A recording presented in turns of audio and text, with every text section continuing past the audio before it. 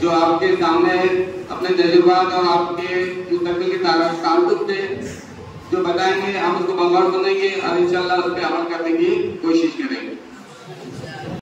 और फिर एक दिन जाके ढेर हो जाते हैं, गिर जाते हैं, और इसलिए हमारी कौम, हमारा माशरा तालीमी तौर पर अपना जो कुछ बेहतर कर सकता था वो नहीं कर पाता। तो मेरी नेक ख्वाहिशात आपके लिए है, आप उम्मीद करता हूँ कि आप अच्छा करेंगे मुस्तकबिल में। ड्रॉप की बात होती है कि मैंने वहां से किया है, और उन लोगों को उनके इंजीनियरिंग के आखिरी साल में बाकायदा हायर कर लिया जाता है इंटरनेशनल कंपनी के जरिए, मल्टीनेशनल कंपनी के जरिए, कि भाई आप जैसे ही पास होंगे हम आपको लेकर चले जाएंगे हमारे कंपनी में आप सर्विस के लिए। ये होता है, वो जो फिल्म में बताया था ये बात तो बताई गई, और ये रियलिटी। तो उनके ख्वाब देखें, उसके लिए कोशिश करें। मैं आपके लिए नेक ख्वाहिशात पैदा करता हूँ, आप इसको एक फॉर्मेलिटी ना समझें कि यहाँ आए बैठे ईमेल, चलो आज भी कोई नया है तो आपने 2 साल डिग्री के, हाँ डिप्लोमा के 3 साल है जो आपको 10 के बाद में लगेंगे, लेकिन ये 3 साल की वजह से आपका डिग्री में 1 साल फायदा मिल जाएगा। तो 5 साल की डिग्री आपको कितने साल में मिलने वाली है? 4 साल में। समझ में आया? क्योंकि आपने पॉलिटेक्निक किया हुआ। ये है वो जो फायदा आपको लॉजिकल कहने से मिलेगा कि भाई मुझको सिर्फ इंजीनियरिंग करना है।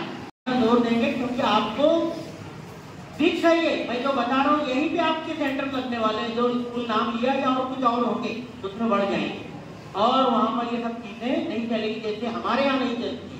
तो इसलिए मेहनत को अपना शियार बनाएं, पढ़ाई पर सख्त तवज्जो दें, अपनी कमजोरियों को दूर करें, बार बार लिख कर प्रैक्टिस करें। जो कुछ मटेरियल आपके पास स्टडी के लिए दिया गया या सजेस्ट किया गया, रिकमेंड किया गया, उनको ले, अवेलेबल होना चाहिए आपके पास।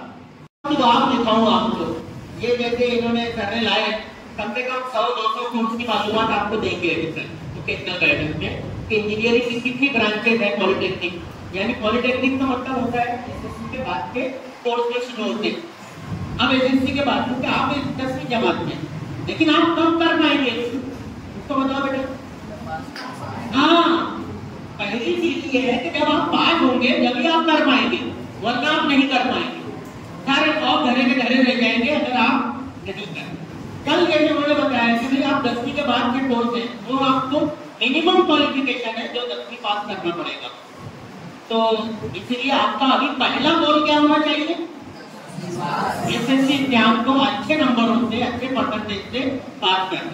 दूसरा ये पास कैसे नहीं किया जाता है, पास कुछ और तरीके भी हो सकते हैं, नाजायज तरीके हो सकते हैं। हमने हमेशा सही तरीकों पर जोर दिया, वो ये कि भाई आप ईमानदारी से पढ़ाई करके पास हो, क्योंकि नाजायज तरीके अपनाते हुए बहुत मुमकिन है, बहुत मुमकिन है, बल्कि 99.99% मुमकिन है कि आप पकड़े जाएं और फिर 5 साल के लिए डिबार हो जाए, यानी बोर्ड में आपके खिलाफ केस बन जाए। ये पता है कि नहीं आपको? लेकिन तीनों क्लास मेरे सामने बैठी हैं तो मैं आपको जानता हूँ कि आप ये सोचेंगे ठीक है 21 खरीद लूंगा, आखिर दिन कुछ काम करा दूंगा, इधर लेके चला जाऊंगा उधर। तो आपको जब मैंने स्कूल के इसमें के मौके आपको नहीं मिल सके तो होम एग्जाम में, आपको क्या लगता है बोर्ड के एग्जाम में मिल जाएंगे? कितने लोगों को ऐसा लगता है बोर्ड के एग्जाम में भी छूट दे देगा आपको? आपका सेंटर कहाँ लगता है पता है आपको? हाँ, बॉयज हाई स्कूल के बच्चों का सेंटर पीआर हाई स्कूल पे लगता है। अब ठीक है, पीआर हाई स्कूल का नाम कम लोगों ने सुना होगा, ब्राह्मण आली में स्कूल है ये, मराठी मीडियम का बहुत बड़ा, बहुत पुराना, बहुत कदीम स्कूल, रईस हाई स्कूल जैसा। तो आपको खुद सोचना चाहिए कि आप कहाँ जाने वाले हैं और आपको क्या बॉक्स दिया जाएगा, ठीक है?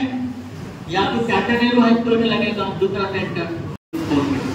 इन 15 वर्षों में सबसे ज्यादा अगर मैं कोई चीज को ऑब्जर्व किया हूँ या देखा हूँ तो वो ये है, उससे पहले भी जब मैं टीचर था मालवी में, सबसे ज्यादा बच्चे जो है इंजीनियरिंग के शोबे में गए।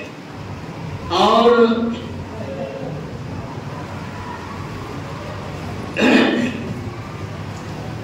अब इंजीनियरिंग में आमतौर पर एक तो हर जो सदाबहार शोबा होता है वो मैकेनिकल होता है, सब जानते हैं। मेरी अपनी फैमिली में कई लोगों ने मैकेनिकल में इंजीनियरिंग की और कोई भी खाली नहीं है आज, अच्छा खासा सैलरी है, बहुत अच्छा चल रहा है। लेकिन आमतौर पर हटकर जाना, कोई सोच नहीं लेना इंजीनियरिंग के ताल्लुक से, ये बहुत जरूरी है। इसलिए ये कि मैं जब इंजीनियरिंग की बात हो रही है, क्योंकि 9:45 तक आपका सेशन खत्म हो जाएगा, 5 मिनट इधर उधर होंगी। इसमें एक फीडबैक फॉर्म होगा कल की तरह जो आपको दिया जाएगा, आप फीडबैक फॉर्म पहले करा। हाँ, तो आप फीडबैक फॉर्म पर यानी आपने क्या सीखा, इतना नंबर वगैरह लिखकर इनको दें, ये जरूरी है।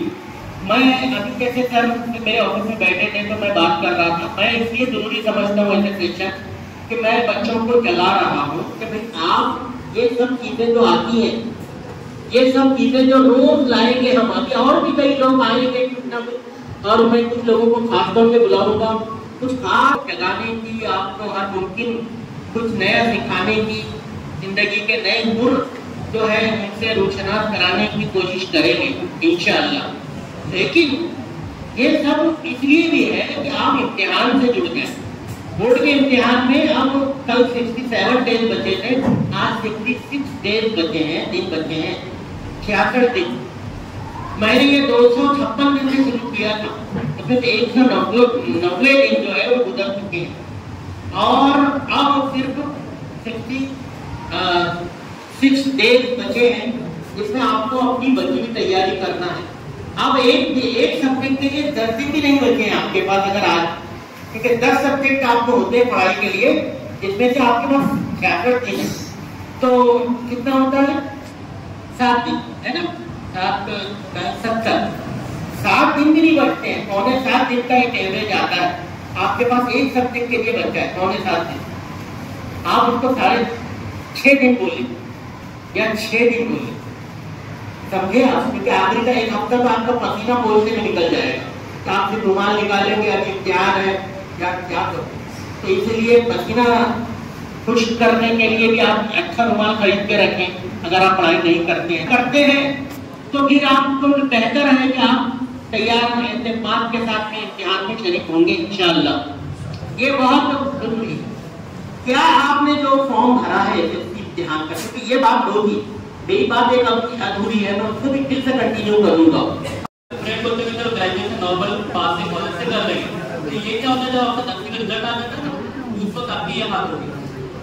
क्या होता है, जब आपका 10वीं का रिजल्ट आ जाता है उस वक्त आपका ये बात होता है। तो ये बात से बचने के लिए एक ही तरीका है कि आप अभी से अपने आप को जानने की कोशिश करें। क्या करें, अपने आप को जानने की कोशिश करें। जैसे एक सिंपल सा एग्जाम्पल है, मैं आपको 5 मिनट का एक राइटअप या फिर लिखी हुई किताब के सामने दे दूंगा, और 5 मिनट आपको पढ़ना है और 5 मिनट के बाद आपको उसमें कोई भी 2 अल्फाज मुझे बताना है।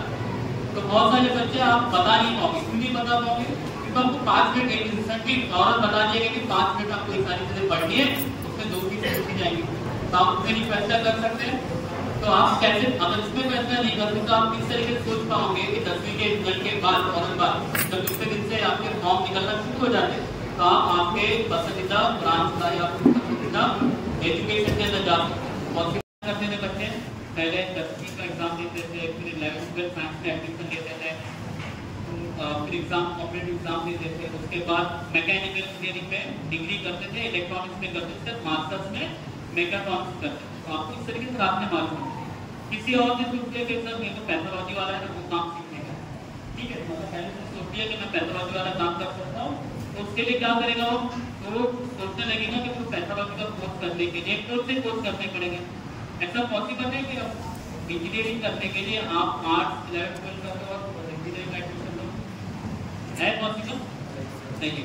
उसी तरह अगर एक का तो आपकी 9वीं तक जो एजुकेशन है उर्दू मीडियम में होगी, ठीक है, और 10वीं एग्जाम आपको इंग्लिश में देना है, दे सकते हैं आप लोग, नहीं दे पाएंगे, तो उसके लिए क्या करना है, अगर आपने सोचा है कि 10वीं एग्जाम इंग्लिश में देना है, तो आपको पहली से लेकर 9वीं तक की जो पढ़ाई है वो इंग्लिश मीडियम में करनी पड़ेगी।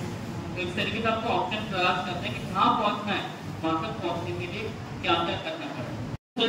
कितने बार प्रैक्टिकल किए थे, 1000 बार किए थे, उसके बाद फेल हो गए थे, उसके बाद हार मानी थी उन्होंने, क्या कहा था उन्होंने, ये कहा कि 1000 बार में जब फेल हुआ उसके उससे मुझे ये पता चला कि 1000 ऐसी कौन सी चीजें जो नहीं करने से या करने से मैं फेल हो जाऊँ।